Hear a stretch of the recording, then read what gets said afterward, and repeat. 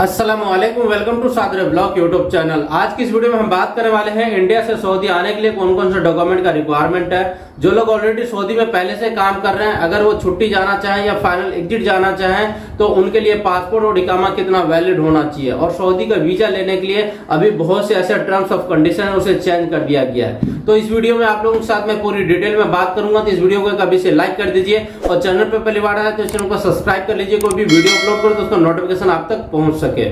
सबसे पहले हम बात कर लेते हैं वीजा स्टैंपिंग के बारे में। इंडिया में इस वक्त अगर आपके पास ईसीआर पासपोर्ट है या ईसीएनआर पासपोर्ट है, वीजा दोनों का ही स्टैंप किया जा रहा है। अगर आपके पास ईसीआर पासपोर्ट है, आप किसी भी ऑफिस में वीजा के लिए जाते हैं तो वो आपको वीजा नहीं देगा।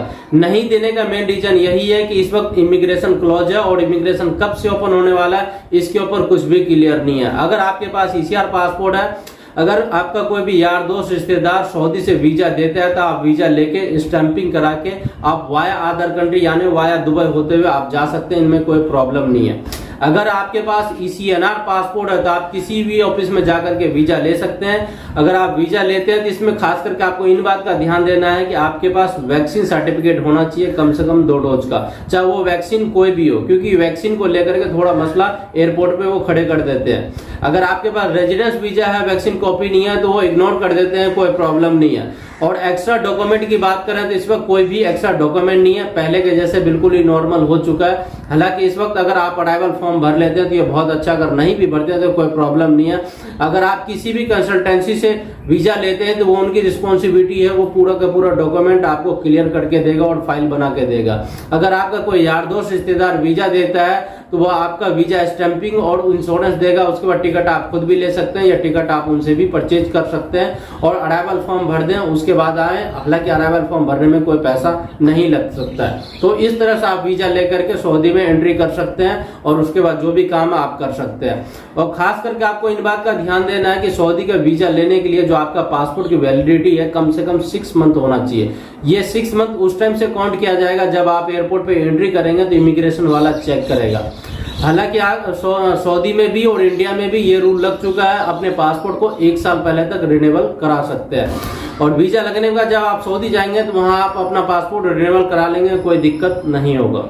जो लोग ऑलरेडी सऊदी में पहले से मौजूद है, जिसके पास रेजिडेंस वीजा है, उनका सवाल है अगर मैं छुट्टी जाता हूं तो मेरा पासपोर्ट कितना वैलिड होना चाहिए। तो आपका पासपोर्ट कम से कम 90 दिन वैलिड होना चाहिए छुट्टी जाने के लिए। बेशक आप छुट्टी 15 दिन जाए या 20 दिन जाए, अगर आप जितने टाइम के लिए आप छुट्टी जाते हैं, सपोज कीजिएगा आपका पासपोर्ट 90 दिन वैलिड है और आपको 90 दिन के लिए जाना है तो आपका पासपोर्ट कम से कम फिर 6 महीना वैलिड होना चाहिए। आपको 90 दिन यानी 3 महीने का गैप लेके चलना पासपोर्ट का कि 3 महीने आपका वैलिड होना चाहिए। और फाइनल एग्जिट जाने के लिए जरूरी नहीं है कि आपका इकामा वैलिड होना चाहिए। अगर आपका इकामा 2 साल से भी एक्सपायर है तो आप फाइनल एग्जिट लगवा के जा सकते हैं। छुट्टी जाने के लिए इकामा वैलिड होता है। और कुछ लोगों का ये भी सवाल है कि मेरा पासपोर्ट 3 महीने बाद एक्सपायर होने वाला है, मुझे फाइनल जाना है। तो फाइनल जाने के लिए आपका पासपोर्ट कम से कम 72 आवर्स वैलिड होना चाहिए। ये जरूरी नहीं है कि 3 महीने 2 महीने वैलिड होना चाहिए फाइनल के लिए, ये छुट्टी के लिए रूल है।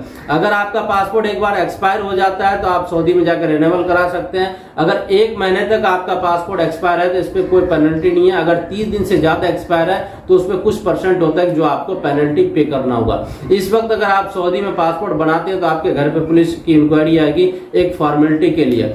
और इंडिया से सऊदी जाने के लिए जैसे आप लोगों को भी मालूम है कि पीसीसी कंपलसरी है, कि पीसीसी के बगैर कोई काम नहीं होगा। अब जो पीसीसी की जो प्रक्रिया है उसे बहुत ही आसान कर दिया गया है कि आप पोस्ट ऑफिस में भी जाके अपॉइंटमेंट ले सकते हैं, वहां भी आप अपना काम करा सकते हैं। पीसीसी के लिए 1 महीने के अंदर अंदर आपके हाथ में पीसीसी आ जाएगा अपॉइंटमेंट से लेकर के और उसके बाद घर आने तक। तो ये इस तरह से इस वक्त सारी कार्रवाई बिल्कुल ही आसान हो चुका है। क्योंकि आप लोगों को इनके ऊपर बहुत ज्यादा सवाल था, मुझे लगा कि पूरी डिटेल में आप लोगों को समझाना चाहिए। फिर भी अगर और भी आपका कोई सवाल है तो आप मुझे कमेंट कर सकते हैं।